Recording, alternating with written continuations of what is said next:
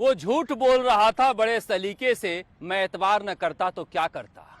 बताइए, मुख्यमंत्री अशोक गहलोत हर paper out के बाद ये कहते हैं कि राजस्थान में पेपर आउट होने के बाद हमने पकड़ा, रीट एग्जाम से बड़ा कोई घोटाला नहीं था, पकड़ा, वो सारे छूट गए। कमाल की बात है कि 3 महीने से जिस कोर्ट में सुनवाई हो रही है गंगापुर सिटी में, वहां स्थायी जज नहीं है। 3 बार सरकारी वकील बदला जा चुका है। सरकारी वकील भी बदलता है क्या ऐसे मामलों में? क्यों बदला जा रहा है? और जमानत सबकी कैसे हो गई? मगर चूंकि जनता भूल जाती है, इसीलिए बार बार पेपर आउट हो रहा है।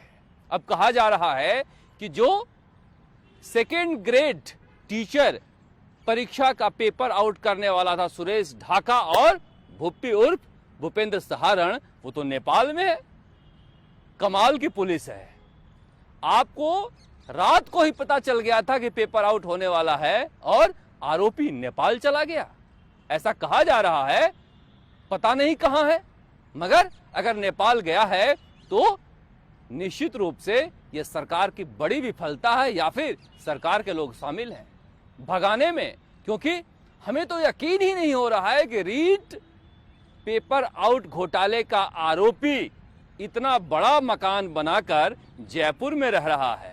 प्रेमिका भी रखा है, पत्नी भी रखा है, एक नहीं 2-2 मकान रखा है। कौन बचा रहा था? स्पेशल ऑपरेशन ग्रुप के मुंह पर ताला क्यों लगा हुआ है कि आखिर वो क्यों नहीं पकड़ा गया था? किसके शह पर वो बाहर घूम रहा था? कौन कौन शामिल हैं? क्या उनका नाम आ जाएगा? इसलिए सब चुप हैं। हनुमान बेनीवाल ने बेहद गंभीर आरोप लगाए हैं। हनुमान बेनीवाल ने मुख्यमंत्री अशोक गहलोत के निजी अधिकारियों पर आरोप लगाए हैं कि ये पेपर लीक मामले में शामिल हैं। पता नहीं सच्चाई क्या है, मगर सरकार के तरफ से कोई भी खंडन नहीं आया है। और मुख्यमंत्री अशोक गहलोत से जब आज पूछा गया पेपर लीक मामले को लेकर सीबीआई जांच के बारे में, तो मुख्यमंत्री अशोक गहलोत बिना कुछ बोले सरपट निकल गए। अरे कुछ तो बोल दीजिए। 50 लाख से ज्यादा रीट और बाकी परीक्षाओं को मिलाकर, 2nd ग्रेड टीचर भर्ती परीक्षा मिलाकर 50 लाख से ज्यादा बेरोजगार आपके मुंह से कुछ सुनना चाहते हैं मुख्यमंत्री अशोक गहलोत जी कि पेपर आउट कौन कर रहा है, कौन करवा रहा है। और मैं बार बार कह रहा हूं कि हम इस कैरेक्टर में फंसने वाले नहीं हैं कि प्रेमिका के घर रहता था या पत्नी के घर रहता था।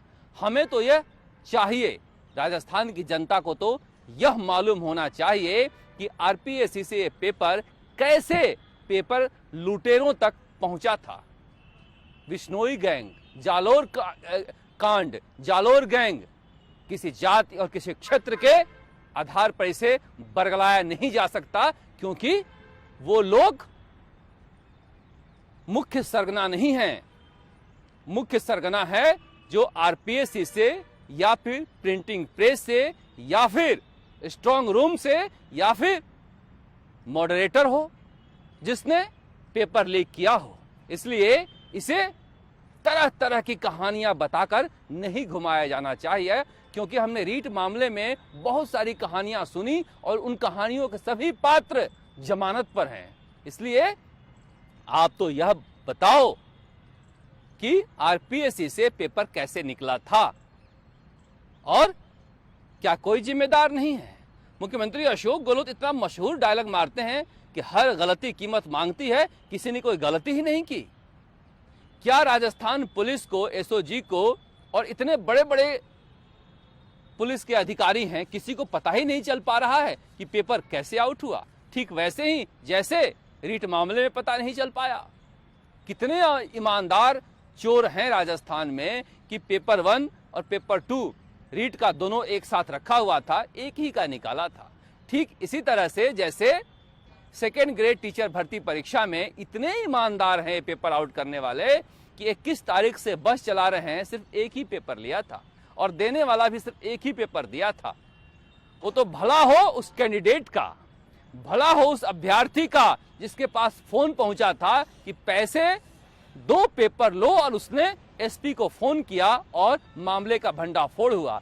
आप यह मत सोचिएगा कि राजस्थान पुलिस ने, राजस्थान सरकार ने पकड़ा है, बिल्कुल मत सोचिएगा, क्योंकि एक बेरोजगार जो खून पसीना लगाकर मेहनत कर रहा था, उसके पास ऑफर आया तो उसने पकड़वाया है ना, राजस्थान पुलिस ने या फिर राजस्थान सरकार ने नहीं पकड़ा है। वो तो अभी भी इस अधर झूल में है कि बाकी के पेपर आउट हुए हैं या नहीं हुए हैं, ये बताएं या नहीं बताएं, परीक्षा रद्द करें या नहीं करें, क्योंकि आनी तो हमारी इज्जत पर है। खून पसीने से ज्यादा प्यारी उनको अपनी इज्जत है। आप समझ सकते हैं कि हालात कैसे हैं। होटल लेकर पूरी योजना बनाई जा रही थी और इंटेलिजेंस एजेंसियां क्या कर रही थी, कहीं लगी होगी सचिन पायलट कहां है, किस किस से मिल रहे हैं, यह पता करने में, क्योंकि पूरी इंटेलिजेंस तो इसी में लगी रहती है। दावे के साथ कहते हैं कि हमने सरकार बचा ली, मगर एक बार ऐसा भी दावा कर दीजिए कि हमने एक बार कम से कम पेपर आउट होने से बचा लिया। अगर नोहर का युवक सुसाइड कर लेता है यह कहते हुए कि हमने 2 परीक्षा दी और दोनों बार पेपर आउट हुआ, ऐसा कहा जा रहा है, हालांकि उसने सुसाइड नोट में सरकारी नौकरी न लग पाने का अपना दुख जताया है। हालांकि इस कदम को सही नहीं ठहराया जा सकता है, क्योंकि ये एक तरीका नहीं है, मगर सरकार के चेहरे पर तमाचा तो है कि एक परीक्षा नहीं करा पा रही है। और ऐसा कौन सा बड़ी जनसंख्या घनत्व वाला ये राज्य है जहां पर यह लीक समझ में नहीं आ रहा है। दरअसल ये लीक सरकार में है, इसीलिए समझ में नहीं आ रहा है, क्योंकि भूपेंद्र सहारण अगर जयपुर में घूम रहा था और एसओजी पकड़ नहीं रही थी, तो फिर ये सरकार का फेल्योर है। क्या सरकार के लोग इसमें शामिल थे? क्या एसओजी के लोगों को बर्खास्त किया जाएगा, हिरासत में लेकर पूछताछ की जाएगी, या फिर टीम को अलग गठित कर नई जांच की जाएगी? क्योंकि गंगापुर सिटी में कम से कम मामले की सुनवाई तो हो, जहां पर इतना बड़ा जाल बताकर पकड़ा गया था, जहां तहां से लोगों को उठाया गया था। अब 1, अब 2, अब 3, अब 60, ये 70 और सब छूट गए, क्योंकि जमानत पर, क्योंकि जनता भूल जाती है, और जनता भूल जाती है इसीलिए सुरेश ढाका और भूपेंद्र सहारण जैसे लोग सरकार में बैठे, सिस्टम में बैठे लोगों के साथ मिलकर ये खेल खेलते हैं। इसलिए हम यही पूछ रहे हैं, यही पूछते रहेंगे। हमें नहीं पता करना है कि ये कौन है भूपेंद्र सहारण और सुरेश ढाका, हमें तो पता करना है कि रीट में किसने पेपर बेचा था और आरपीएससी से कैसे पेपर इन तक पहुंचा है।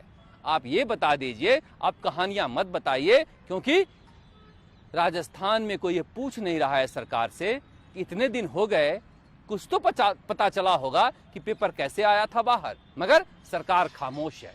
इस खामोशी के साथ आगे बढ़ नहीं सकते हैं, इसलिए सरकार में ही बेचैनी है। राजेंद्र गुढ़ा समेत कई मंत्री और विधायक कह रहे हैं कि इलाके में जाते हैं तो मुंह दिखाना मुश्किल हो गया है, क्योंकि बेरोजगार घेर लेते हैं कि एक परीक्षा तो करा लीजिए, और आखिरी साल में अगर परीक्षा कराएंगे तो फिर आप ये सोच रहे हैं कि ताजी ताजी नौकरी लगेगी तो ताजा ताजा वोट मिलेगा। ऐसा होता नहीं है, क्योंकि 4 साल तक जो खून पसीना बहाया है, आपके भी खून पसीने का हिसाब लेगा।